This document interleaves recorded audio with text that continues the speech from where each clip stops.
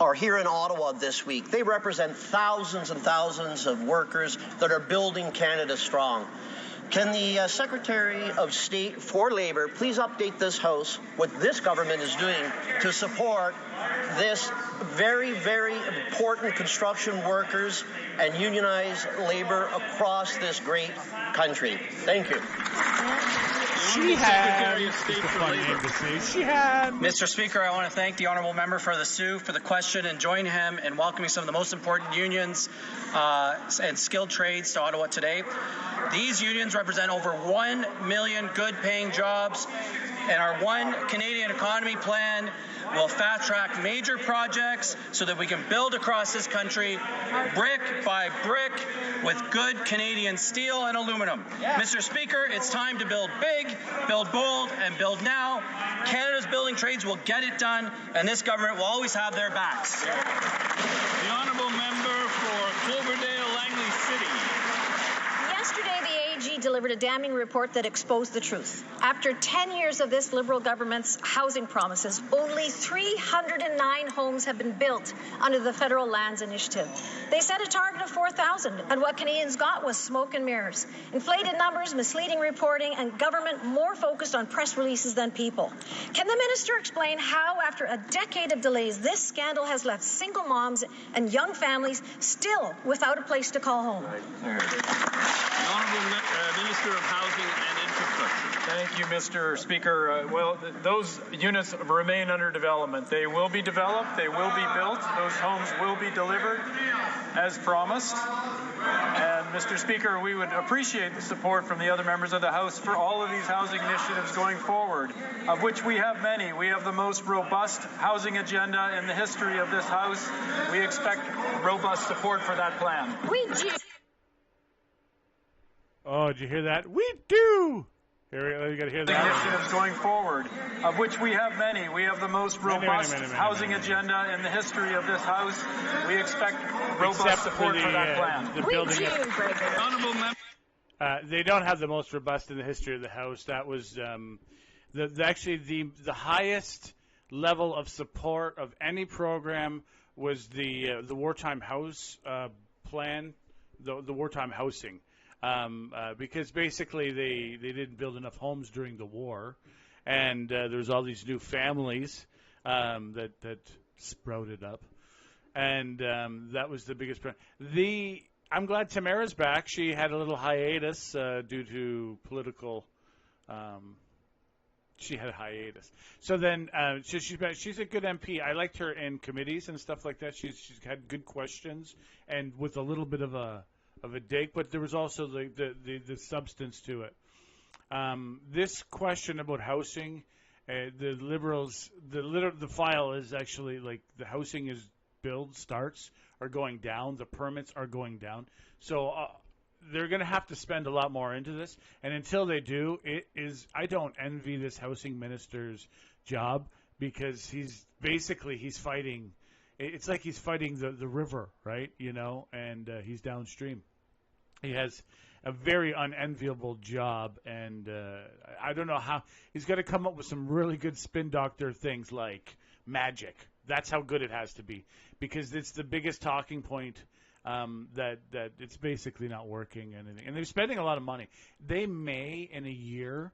There's $25 billion that's going to these prefab home builders. It's a possibility that one of the companies figures out how to make homes better, faster, cheaper. Better, faster, and cheaper, and can mass produce them. It's going to be very difficult. I'm not thinking it's enough money, to be honest, for that to happen. But it could create an industry, a Canadian industry that could go worldwide, because every country has homes. Stick and batten, our type of homes, isn't necessarily done in other places. Europe especially, it's a little different. They build a little bit heavier, but having a lower cost home that lasts 60 years before it needs a reno 50 years, it's a North American thing, and we could mass produce them and sell them across the world if we have a system that makes them at a good price point. So, okay, let's carry on with that. Thanks for watching. Member for Cloverdale, Langley City. According to yesterday's AG report, this government built nearly 40% of its so-called affordable homes in the wrong places. You can't make this up. And here's the truly shocking thing. They didn't base affordable on income, not on what people actually earn. Instead, they used current market rent in the middle of a housing crisis. That means low-income families, seniors and newcomers can't even afford the homes that were supposed to help them. After 10 years of failure, will the minister admit that this plan has completely failed the people who need it most? The Honourable Minister of Housing and Infrastructure. Thank you, Mr. Speaker. Well, I'll caution the member opposite. There are no wrong places to build housing in Canada. Wow, good point. We are focused on building housing across this country. We are focused on building affordable housing across this country. The reason there are new ministers here, like myself, is for our new plan to deliver affordable housing all across Canada and communities that need it. Excellent answer. The Honourable Member for Kenora, Kiiwetinoong. The Liberals Okay, promised. Let us keep his eyes open here.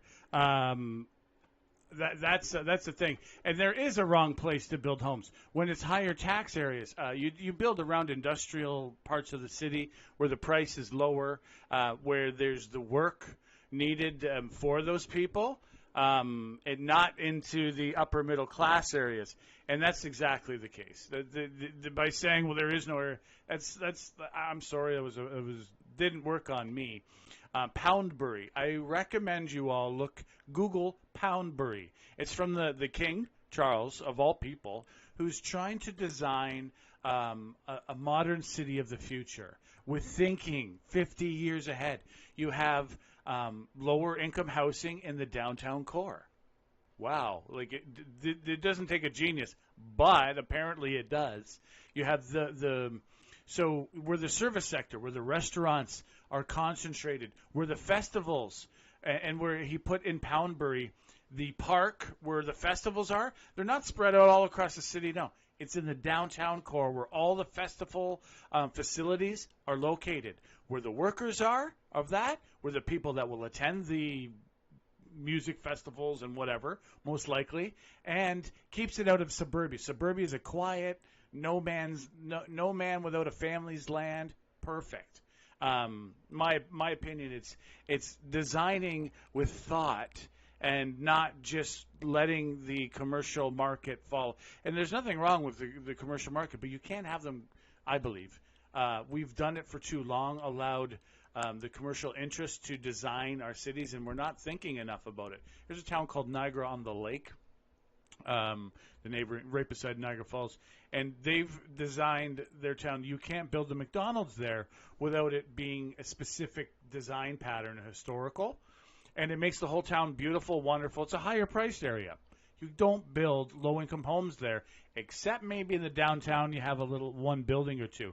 But the town itself doesn't make sense to have it there because rents will always go up. As soon as you stop government control, rents will skyrocket. So I think that she makes a valid point, and I think he missed the question because proper planning is what's been lacking. In all cities across Canada, we've allowed the commercial interest to dictate what is what, right? To sell surplus government properties to build 4,000 housing units by 2028. But a scathing report from the Auditor General has showed that after 5 years, they have only built 309 of those units, Mr. Speaker. Canadians are facing a housing crisis, and this government is sitting on 5.9 million square feet of space. So when will the Liberals finally fulfill their promise to Canadians and get more homes to the market? The Honourable Minister of Housing and Infrastructure. Speaker. Well, we are going to deliver the homes that are put forward in that plan. We are also going to use lands across Canada to build more affordable housing. Our goal is to roll out more affordable housing than this country's ever seen before in these years ahead. And we expect the support of the members opposite. This is going to be a partnership across Canada on federal lands with our community partners. Thank you, Mr. Speaker. Excellent work. The Honourable Member for Kenora, Kiiwetinoong.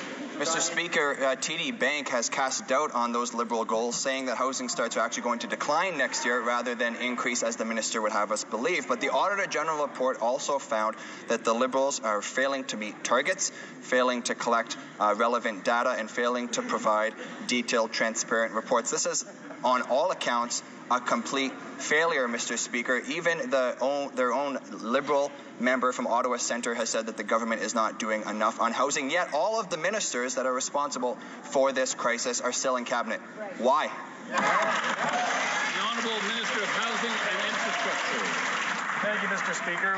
We are focused now in this new government on delivering housing. That's right. We are going to deliver the housing that Canadians elected us to deliver.